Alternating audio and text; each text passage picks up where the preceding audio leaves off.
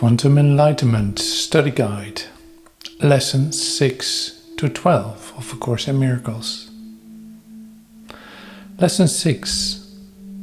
I am upset because I see something that is not there. From Review Lesson 52. I am upset because I see what is not there. Reality is never frightening. It is impossible that it could upset me. Reality brings only perfect peace. When I am upset, it is always because I've replaced reality with illusions I made up. The illusions are upsetting because I've given them reality and thus regard reality as an illusion. Nothing in God's creation is affected in any way by this confusion of mine. I'm always upset by nothing. Lesson 6 takes the realization from Lesson 5 and identifies the specific nature of the error. In cosmology, a false vacuum is a state that appears stable, but is actually metastable. It looks like the ground state of reality, but it's actually a temporary, high-energy illusion. When it decays into a true vacuum, the old reality simply disappears. Your upset is a state based on a false vacuum. You believe your anger is grounded in a real situation. Lesson 6 is the beginning of the phase transition. By admitting that what you see is not there, you allow the false vacuum of the ego's world to decay, making room for the true vacuum, the peace of God. Lesson 7. I see only the past. I see only the past. As I look about, I condemn the world I look upon. I call this seeing. I hold the past against everyone and everything, making them my enemies. When I have forgiven myself and remembered who I am, I will bless everyone and everything I see. There will be no past and therefore no enemies. And I will look with love on all that I failed to see before. Lesson 7 is one of the most intellectually challenging lessons, but it also is the one that aligns most perfectly with modern physics. In quantum mechanics and relativity, our traditional understanding of now is proven to be a physical impossibility. The block universe theory in physics suggests that time does not flow at all. Instead, the past, present and future all exist simultaneously in a four-dimensional block of space-time. Our perception of now is just a moving spotlight. Lesson 8. My mind is preoccupied with past thoughts. My mind is preoccupied with past thoughts. I see only my own thoughts, and my mind is preoccupied with the past. What then can I see as it is? Let me remember that I look on the past to prevent the present from dawning on my mind. Let me understand that I'm trying to use time against God. Let me learn to give the past away, realizing that in so doing, I am giving up nothing. Quantum entanglement suggests that two particles can remain connected across vast distances. If you think of yourself, your current self, and your past self as entangled entities, the energy or vibration of a past event can instantaneously affect your present state, regardless of how much time has passed. You aren't now, because a part of your consciousness is still entangled with a coordinate in time that you haven't let go of. Lesson 9. I see nothing as it is now.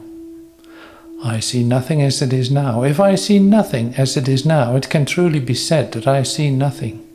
I can see only what is now. The choice is not whether to see the past or the present. The choice is merely whether to see or not. What I have chosen to see has cost me vision. Now I would choose again, that I may see. There's a strange phenomenon where the act of not seeing something or seeing it continuously affects its reality.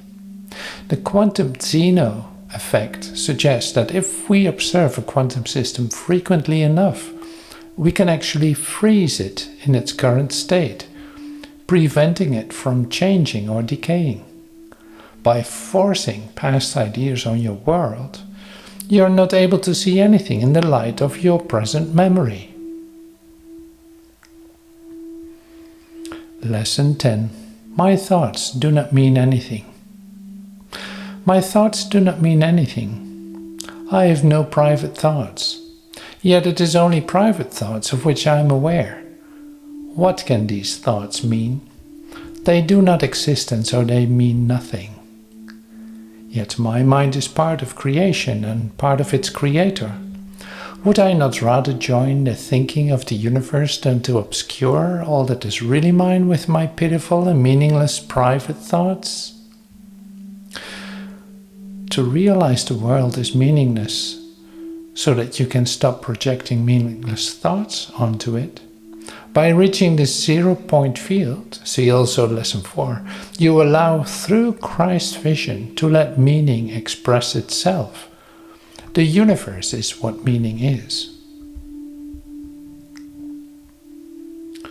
Lesson 11. My meaningless thoughts are showing me a meaningless world.